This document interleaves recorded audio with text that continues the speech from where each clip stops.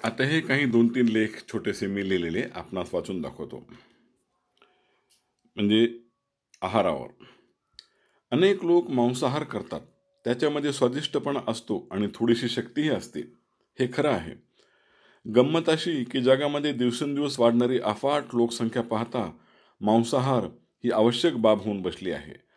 सगळीच माणसं जर शाकाहारी असली असती तर कोट्यवधी लोकांवर उपासमारीचीच वेळ आली असती. कोंबडी, बकरे, ससे, हरणे, समुद्रातील मासळी हे आज करोडो लोकांचे दैनिक भोजन आहे. उलट भगवंताने हे प्राणी निर्माण केले म्हणूनच मनुष्य आपली क्षुधा शांती करू शकतो. मी तसं म्हणायची आज वेळ येऊन ठेपली. हे प्राणीच जर नसते तर माणूस माणसाला खायला उठला असता. अनेक लोक नरभक्षक झाले असते. म्हणजे याचा अर्थ जे होते ते चांगलेच होते. आपण बारकाईने पाहिले तर एक गोष्ट आपल्या लक्षात येईल. मानवी शरीराची अंतर्गत रचना आणि क्षमता ही शाकाहारी भोजनाची आहे, मांसाहारी भोजनाची नाही. मोह निर्माण होऊन ते खाणे वेगळे. जंगलातील हिंस्त्र पशु पहा, त्यांची अंतर्गत रचना ही मांसाहारी भोजनाची असते. त्यांचे नैसर्गिक खाद्यच ते असते. ते जिवंत प्राणी मारून खातात. त्यांचा पाप पुण्याशी काही संबंध येत नाही. पण मनुष्य हा वाचाशील आणि विचारशील दोन्ही आहे. तेव्हा आपल्या जिभेचे चोचले पुरवण्यासाठी आपण मुक्या प्राण्यांचे बळी घेतो. हे पापच नव्हे काय? भगवंताने पाप व पुण्य हे फक्त मनुष्य जन्मालाच घालून दिले आहेत, इतर जन्मात नाही. आता हा माझा दुसरा लेख. बरेच वेळेस काही माणसं म्हणतात, आम्ही चांगले आहोत हो, पण आम्हाला लोकच त्रास देतात. वाईट माणसंच आम्हाला भेटतात. काय त्या ब्रह्मदेवाचे मी घोडे मारले कोणास ठाऊक. प्रत्येक ठिकाणी प्रत्येक वेळेला आम्हाला मानसिक त्रास सोसावा लागतो. आमच्या नशिबात मानसिक सुखच नाही. कशामुळे आमच्यात नशिबात असं होतं कोणाला ठाऊक. आता हे त्यांचे म्हणणे बारकाईने त्यांनीच विचार करून पाहावे. माणूस कळत नकळत चुका करीत असतो. आपण कधी काळी आपल्या पूर्व आयुष्यामध्ये कोणाला तरी विनाकारण मानसिक त्रास दिलेला असतो.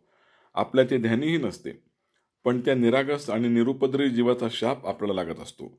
त्याचा परिणाम म्हणून पुढे भविष्यकाळात कुठेतरी आपल्याला असा एखादा नग भेटतो आणि तो आपल्याला तसाच त्रास देत राहतो. Tit for tat.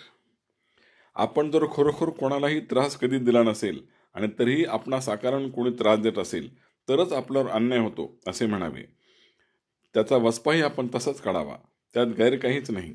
फक्त आधी आपली बाजू खंबीर असली पाहिजे. आता हा माझा तिसरा एक लेख मी लिहिला आहे. अन्न, वस्त्र आणि निवारा या जशा 3 आवश्यक गरजा आपण मानतो त्याशिवाय जगताच येत नाही, हे जसे खरे आहे तसे चौथी एक गोष्ट आवश्यक होऊन बसले, ती म्हणजे कामभावना. मनुष्य, प्राणी, पशु, पक्षी सर्वांनाच परमेश्वराने कामभावना दिली आहे.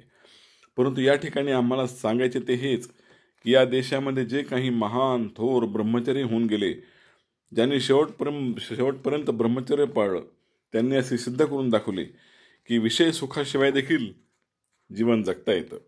ती काही मूलभूत आवश्यक गरज नाही, बेसिक नीड नाही आहे. उलट परमेश्वराने प्रत्येक जीवाला दिलेली ती एक देणगी आहे, विरंगुळा आहे.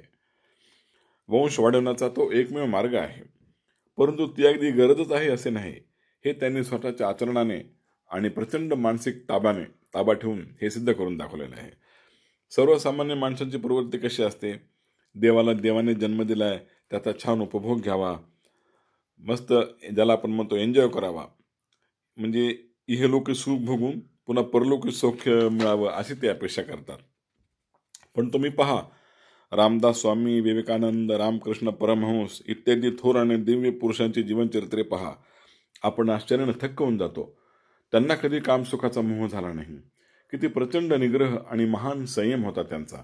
किती मोठा त्याग केला त्यांनी. ते संसारात पडले असते तर आपल्यासारखे त्यांनाही लेकरं बाळ झाली असती. या ऐहिक सुखात तेही गुरफटले असते. पण त्यांनी जीवनाची नश्वरता ओळखली होती. खरे जीवन त्यांना पूर्वीच आकलन झालेले होते. पत्नी, मुले, घर, कौटुंबिक आनंद या साऱ्या मोहमयी गोष्टीचा त्यांनी त्याग केला. म्हणूनच ते त्या पदाला पोहोचले. जोपर्यंत हे युग अस्तित्वात आहे तोपर्यंत ही दैदिप्य माणसं अजरामर आहेत.